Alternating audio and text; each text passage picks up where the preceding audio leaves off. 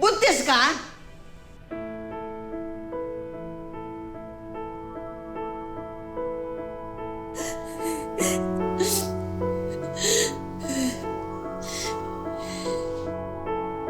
Sorry, Ma.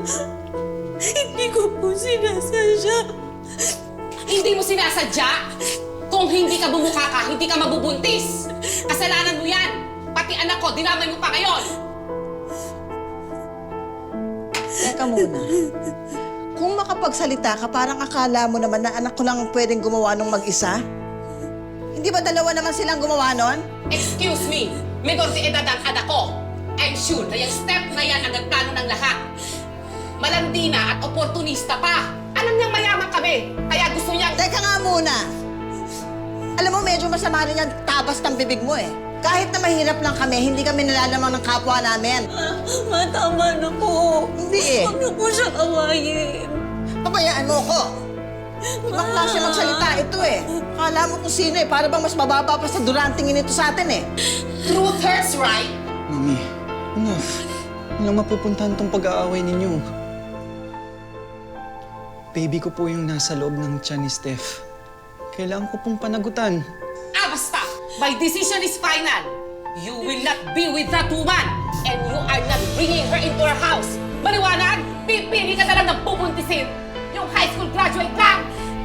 Let's go! Umuwi na tayo! Teka nga muna, may problema ka ba sa high school? Kahit na hindi nakapagtapos ng anak ko, nakapag-high school na ang anak ko, di lang nagtuloy ng pag-aaral, pero matalino ang anak ko. Di ba matalino ka naman talaga? Matalino ka. Kaya lang nga nabobo ka dahil sa Toby na yon. Tapos nabuntis ka pa. Bakit ganun, anak? Sorry, Ma. Sorry. Sorry. Nang mabuntis siya ni Toby, hindi na nagpatuloy ng pag-aaral si Stephanie. Parehong tutol ang mga magulang sa kanilang relasyon. Kaya nagdesisyon sila na Kaya pa ba natin ituloy itong pagtatana natin? Eh kasi kung kani-kanino na tayo nakikitira eh.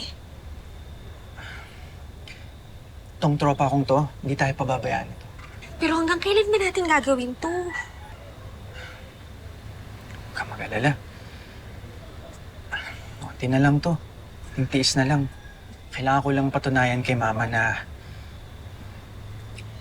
mahal kita. Seryoso ako sa'yo. Totoo? Hindi mo ko iiwan? Oo. Ano ka ba? Mahal na mahal kita at ang baby natin. Kapag nanganak ka na, papakasalan kita. Makakasalan mo ko? Oo. Sa ngayon, hindi naman tayo matitiis ni Mami. Meantime, dito na muna tayo sa tropa ko.